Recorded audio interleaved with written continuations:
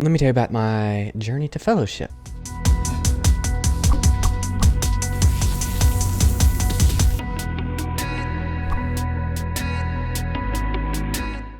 What is up, guys? Zach here with Dr. Eyeball MD. Welcome back to the channel. If you are new, I'm a third-year ophthalmology resident, and on this channel I talk about everything from medicine, ophthalmology, medical school, residency, and a bunch of other weird stuff. So if you're into any of that, go ahead and subscribe to the channel if you're not already. If you're not already, what are you doing?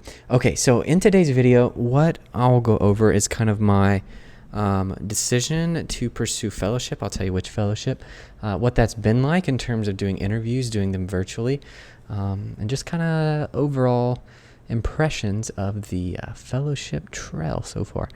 And since the channel seems to have shifted basically to a radio broadcast style right here from my living room, we will continue to roll with that, coming to you daily from my living room. Anyways, okay, so as far as fellowships go, typically what you'll do if you're going to apply to a fellowship in ophthalmology, that normally begins around the beginning of your third year, July, August-ish, for most fellowships. So for retina, cornea, glaucoma, pediatrics, uveitis, oncology, all that stuff, neuro-ophthalmology, pretty much you start applying for that at the beginning of your third year. Oculoplastics you apply for a little bit earlier.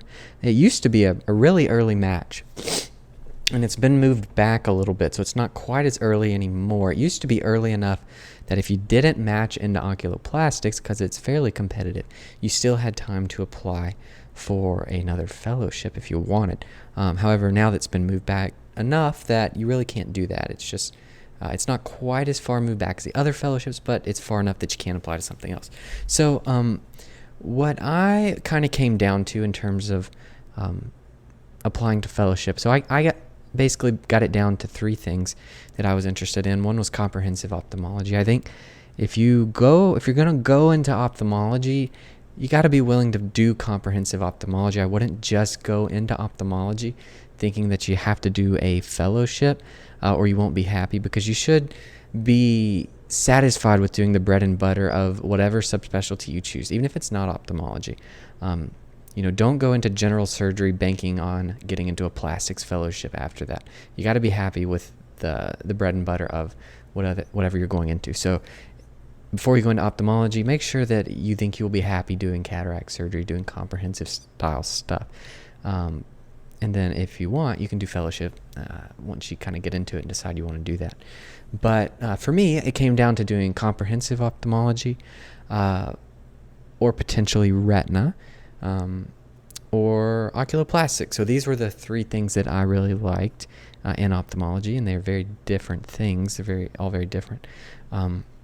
Before I ever started residency, I kind of first encountered ophthalmology in a OR with retina surgeons, which I thought was like the coolest type of surgeries. Watching the intraocular view in retina surgery was super cool, and that kind of steered me toward ophthalmology in the beginning. But at the same time, before I even did decide to go into ophthalmology at all, I considered doing OMFS. I considered doing oral surgery, which you can do from medical school. You don't have to do it from the dental school side first. You can do medical school first and then OMFS. So I considered doing that, and then I also considered trying to go into plastics, primarily for facial plastics. I thought facial plastics side of plastics was cool.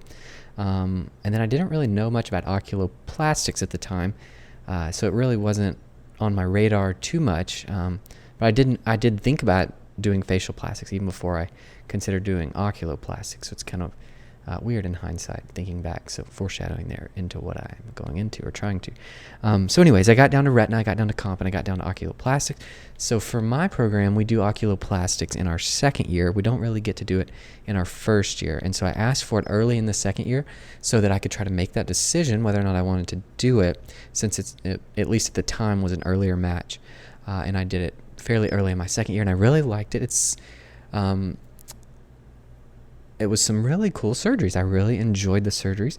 And also just at my program, I think it happens to be our best rotation of any rotation in the whole 3 years. I haven't finished all the third-year rotations, but so far it's been the best rotation of any rotation we have. And so I thought I might might like to do it, but I was still kind of on the fence about that and retina and comprehensive ophthalmology. But ultimately, when it kind of came down to making the decision, I just kind of reflected on, what I actually really enjoyed doing. And when I looked back at it, I was spending my spare time hanging out with the oculoplastics fellows. I was spending some of my spare time in the OR seeing cool oculoplastics cases. And even before I decided to go into oculoplastics, I was kind of just migrating toward that subspecialty, not even certain that I wanted to do it at that time. And not just, hanging around with these guys because I thought I might want to do it, just because I really enjoyed being around the oculoplastics people, and I really liked what they were doing. I thought it was cool. And then when it kind of came down to making a decision on if I was going to do fellowship and then whether or not I wanted to do oculoplastics or retina, I just realized I'm really liking being around oculoplastics. And so I ultimately went with that. I just decided I'd go for it. It's probably the most competitive of the ophthalmology subspecialties in terms of fellowships to get into, and I think the biggest reason for that is just because there's so few spots. The way it works basically is you're with a preceptor. You're with one person more than you are matching to a program. You're matching to a preceptor. So each preceptor has their ASOPers fellowship. So it's specific to that person. So in theory, if that person were to up and leave wherever they were, you would go with them. That's kind of how it works. You're not kind of tied to the program. You're tied to the person. And so it's more like an apprenticeship than a fellowship, really, because you're really learning from you can learn from multiple people, because often there'll be multiple, attendings that you'll be learning from at the fellowship, but it comes down to you being kind of assigned to one person, basically. And so it kind of draws out to a lineage of who trained under who kind of thing. It's traced back. They have kind of a family tree of who trained under who. So it's very kind of specific to, it's very genealogical in that sense of you trained under this person, you trained under this person kind of thing.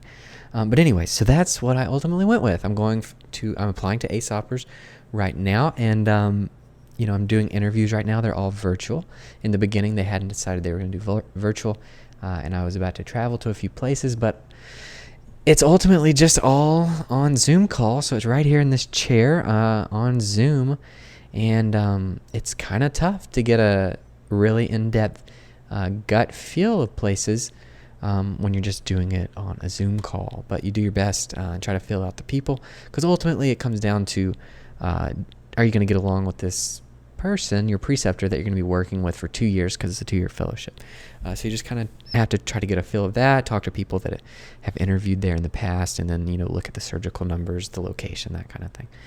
So anyways, that's where I am right now. I'm interviewing for ASOPers fellowship. Some of you have asked me about it, and so that's where I am. And overall, by and large, the fellowship interviews so far have been a lot more kind of chill and laid back than the residency interviews. I went to some residency interviews where they were like grilling me like it was an interrogation, which I don't really understand, why they want to do that. I think it's just something people get off on when they have some sort of power over you. But anyways, fellowship interviews have not been like that at all. They've been much chiller, just trying to get to know each other, and it's a lot easier to do those kind of interviews. And so I really enjoyed that so far. Also saving a lot of money on traveling and not traveling, and and a lot of time and vacation days and stuff like that. But I would like to see and get a better feel of some of these places, watch them in the OR, just kind of get a gauge of how they interact with their fellows and that kind of thing. But it's a little bit tough to do. So anyways, if you guys are thinking about applying for oculoplastics and you have specific questions about the application process or, what goes into it, you can ask me. We'll see if I match. If I do, then I guess my advice will warrant a little more merit. And if not, then I can tell you what not to do. So anyways, I think it'll be a valuable learning experience either way. So we'll find out in October whether or not I get to go and be an oculoplastic surgeon and do all kinds of cool stuff like ptosis repair, blepharoplasties, uppers and lowers, maybe learn some brow lifts, face lifts, neck lifts. maybe. I don't know. We'll see. And then some of the bigger stuff, maybe like orbital stuff, thyroid eye disease, decompressions, all that cool stuff. Downside is it won't probably get to do cataract surgery, but we'll get to do oculoplastics and kind of be the oculoplastics guy, hopefully. So looking forward to hopefully doing that. Anyways, drop a comment down below. Let me know your questions about ophthalmology residency, ophthalmology fellowships, and specifically, if you are trying to decide on a fellowship, I just made a video yesterday, it's on the channel, about all the fellowships, the pluses and minuses of them. But maybe you are also kind of on the fence about doing comp or doing one of these fellowships, or maybe like retina or plastics, because that's kind of where I was. So if you have any specific questions about that, drop them down in the comments below. I'll try to respond to them. Anyways, I hope this was informative, just kind of update on my life, if any of you guys care about that. So anyways, I will see you guys in the next video. Maybe we'll just keep up this daily ophthalmology broadcast right here from the living room. Anyways, I'm Zach with Dr. Eyeball MD. I will see you guys in the next video.